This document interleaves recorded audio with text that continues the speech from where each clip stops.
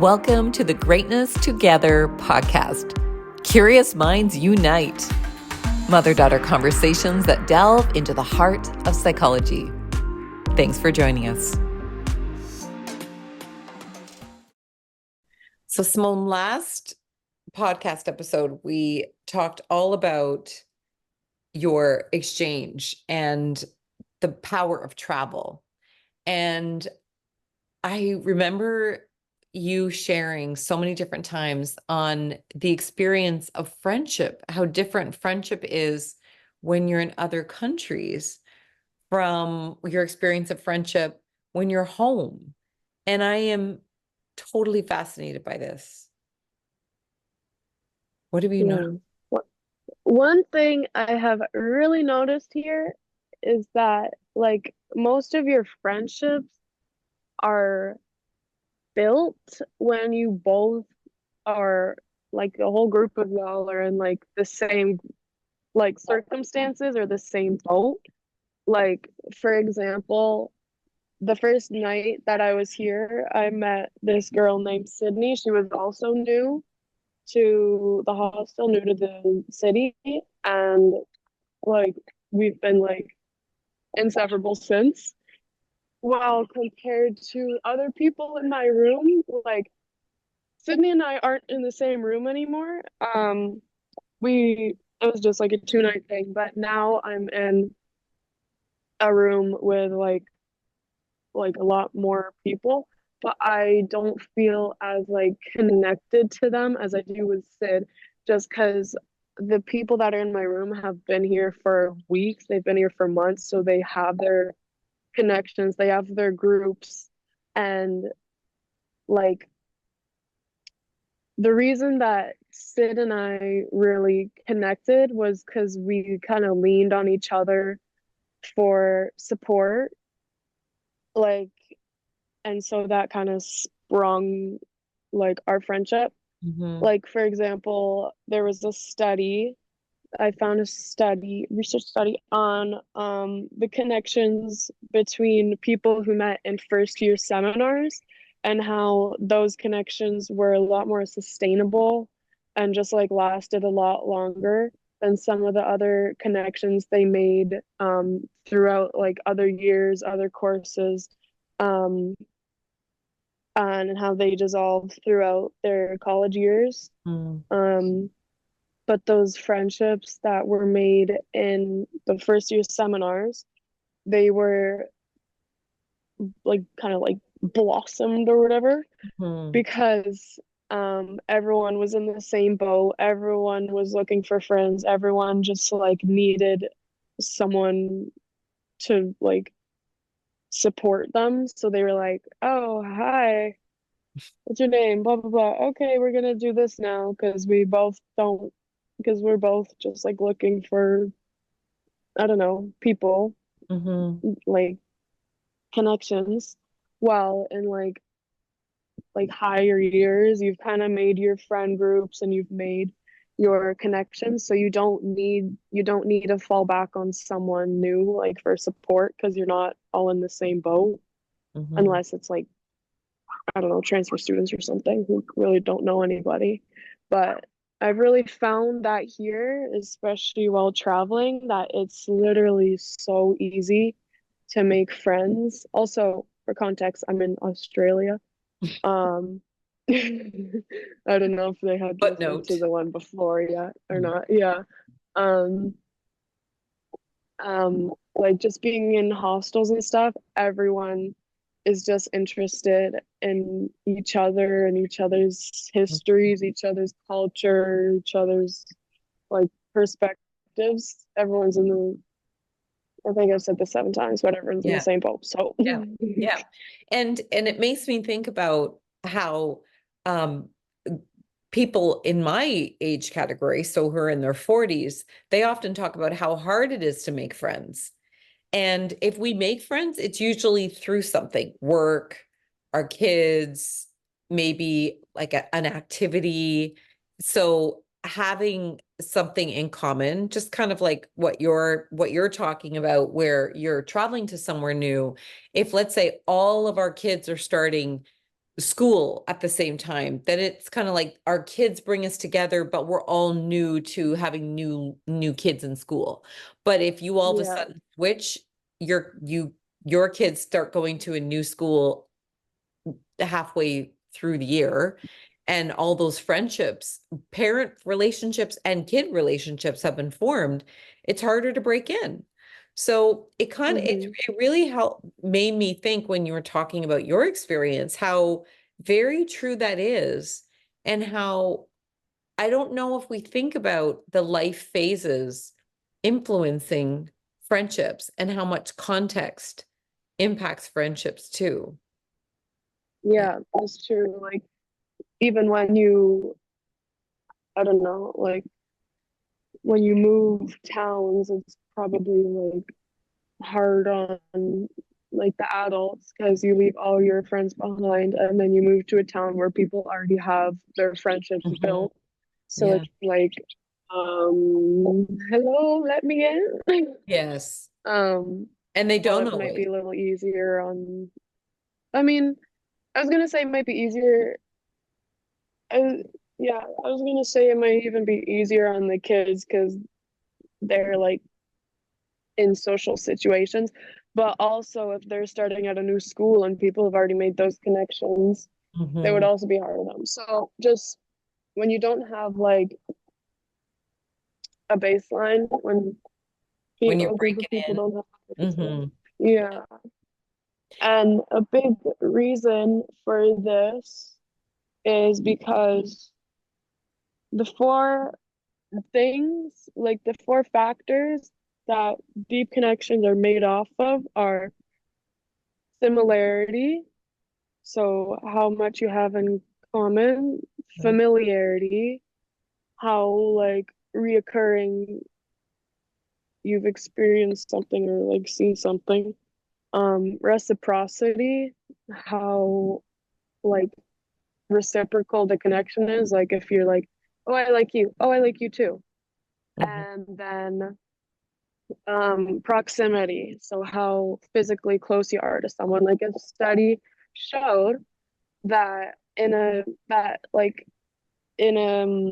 survey at a college dorm, like people felt the most like deeply connected to like their physical neighbors compared to someone on like three floors above them because they were physically proxical to them. Yeah. Like, Yeah. what's the word? Is Mhm. that a word? Proxical?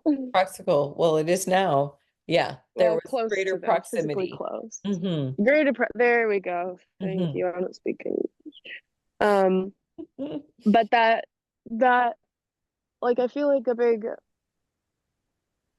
from those, the biggest factor um when talking about like making friendships when you both don't know anyone. I feel like the biggest factor out of the four would be like maybe similarity because having you're you both having similar. My goodness gracious, I can't What is talk. similar? You both Hmm. Like, What is similar is that like you both are looking for someone to support you and looking for a friendship. Um, and you're kind of like reciprocally agreeing mhm. that now y'all are friends. That's So all I gotta say about that. it's almost like we as grown-ups get a chance to give ourselves permission to be as hungry and curious and out there as we would be if we were traveling. That's I Yeah. can't help but feel like there's a factor around vulnerability that people don't want to put themselves out there in case they get rejected. Like, what if I try to Hmm. make that, form a deeper relationship with people in this new workplace, even though those people always have lunch together and those people seem to have a similar circumstance with their kids, and those two people are both accountants. Like, oh, I don't know if I'll be able to break in. And so you almost don't want to, some people, and I've probably done this, even though I'm a very outgoing person, you're almost afraid to get rejected. So maybe you Yeah. don't go in there and be like, hey, who can I have lunch with? I remember doing a team consultation years ago, and somebody said, all I wanted to do was all I want is for them to ask me to have lunch with them. And I said, they won't let you have lunch with them? And they said, well, since my first day I've worked here, they've never ever invited me for lunch, and they all go for lunch together. And then when I would, because this was all confidential, so I'd do an interview with the next person, and then she'd say, well, she refuses to have lunch with us. I can't believe she'll never come for lunch with us. Yeah, I'm now hearing yeah. two sides, and they're experiencing the same thing, but something didn't happen that connected the lunch experience that day. And they both had stories that was negatively about their relationship and their friendship. No, I get that. I've even experienced that here. Like I'm I'm not usually one to start the conversation. Like, I don't know. I like when people talk to me, and I'm trying to get better at that. But like at times when people like don't introduce themselves to me, I'm like, oh, so they don't like me. But I'm now realizing that a conversation goes two ways. Uh-huh. And like in their mind, they're probably thinking, oh, she probably doesn't like me. She doesn't want to talk to me because she's not starting a conversation. And then in my mind, I'm thinking the same thing. But in reality, we both want someone to start the conversation. Hmm. And it's like, yeah, there's that sense of, there's always that rejection thought in the back of your mind. You're like, oh, they probably just don't want to talk to me. And they like people who have introduced themselves to me have probably thought that, but then the second they do it, I'm like, oh my god, I'm Yes. Simonne. like Yes. like it's always goes two ways. Like when in doubt, whatever you're thinking, they're probably thinking the same thing.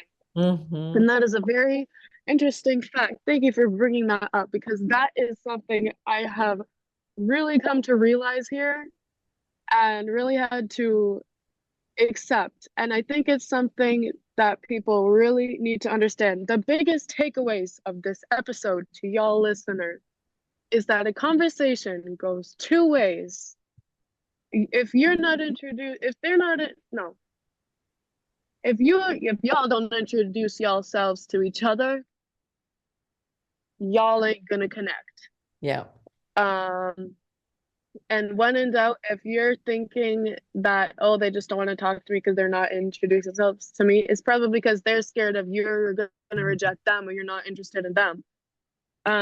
Second thing to take away is just understanding, really understanding the fact that, um, oh, what was I saying earlier?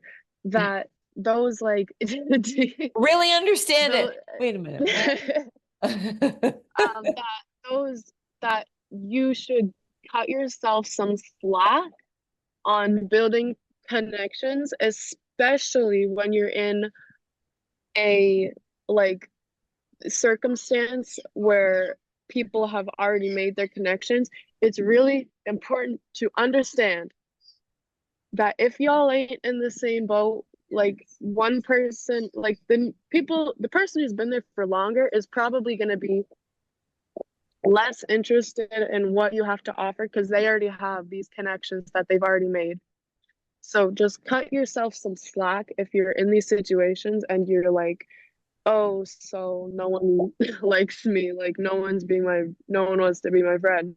It's just because um like you all don't have those like circumstances in common, like they aren't similar in any way.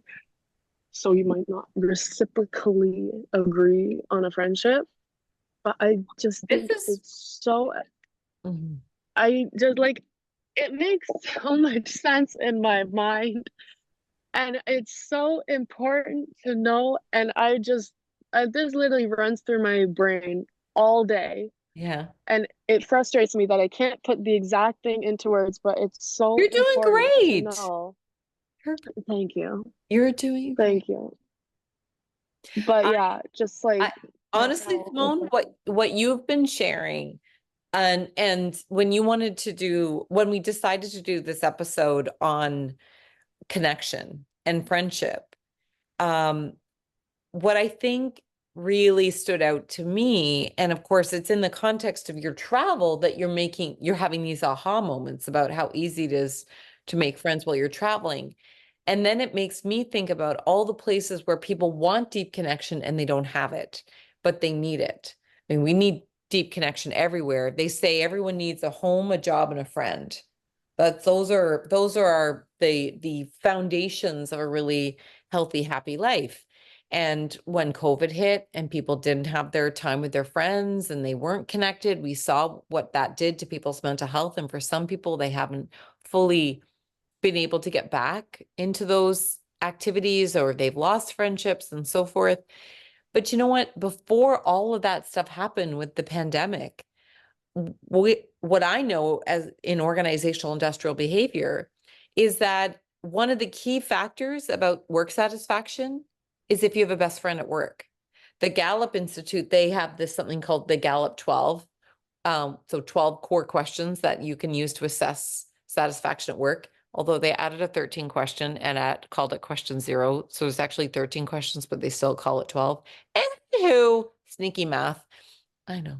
Hmm. Um, one of the questions that they say you need to ask to be able to gauge how satisfied somebody is at work is if they have a best friend. So Yeah. this is why this is not just about, this is the nice to have, like, oh, it'd be great if we all had friends. No, if you want to be satisfied at work, if you want your mental health to be in good shape, if you want to feel a sense of connection and community where you live, and where you consider your place to be, you need to have some form of connection and friendship.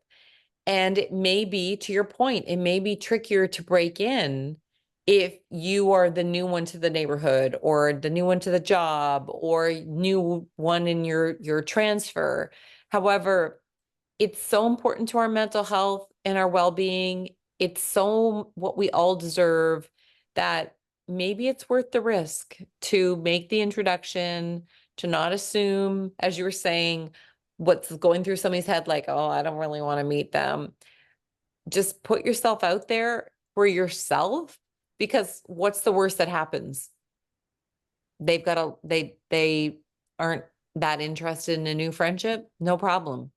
You reach out to three people, one of them is interested, that's awesome. Whereas if you only waited for the one perfect situation, you might be waiting a really long time to have Yeah. a meaningful relationship and connection. Yeah. Yeah. No. Facts, no printer. What? I don't even know you knew what a fax machine was, Simone. Or What you, is that? I just saw it yeah, on see, the web. you got the expression, but you don't know where it came from. I'll educate you. I'm gonna let you be so curious about that. It's gonna force you to move home, come back home from Australia. I'm not gonna tell you what Five facts more weeks. until you come back. So Yeah, five more. No. No, I leave on a Wednesday. yeah, Yeah. it's like I don't a know. month. Look, Yeah. yes, a month, Simone. Counting down the days. Yay. Yeah. Yeah. Simone, thanks for chatting Okay. about connection and friendship with me today. This was fun. Anytime, my friend. It looked like it's a beautiful day. I hope you enjoy this gorgeous day in Byron Bay. Yeah. And I'm going to Not go, a cloud in the sky. wow. Oh, Lovely. So good. I have pretty. no idea if there's a cloud in the sky because it's dark right now. So I would just be showing you the dark. Yeah. Yeah. Terrible. Sure there isn't. It is just so weird that you're in an entirely different time of day. I can't get used to this. This is just so weird. Yeah, I'm in the future. I'll tell you the lottery number. Yeah, exactly. Text me. Yeah. Yeah, win us some money. Win me the money back from this damn trip. Yeah. It's been worth every penny and you know it. Oh yes, Yeah, 100%. Oh, how would I have known all this wisdom? exactly. Hello. Um, no other way. Yeah. Simone, you are my favorite young woman in the entire universe. No And way. not You're just the my world. favorite old lady. Oh, I am. Oh, that's so nice. Just the way you said it Awesome. is so sweet and respectful. Yeah. You know, tell me about it. Yeah. I get that a lot. Yeah. Love you, babe. Love you so Have a good much. day. Enjoy. Bye, bye, Thank you. meno. You too. Mhm. Bye-bye. Thanks so much for joining us for the Greatness Together podcast. Never miss an episode. Subscribe wherever you catch your podcasts. Yours in greatness, Simone and Sarah.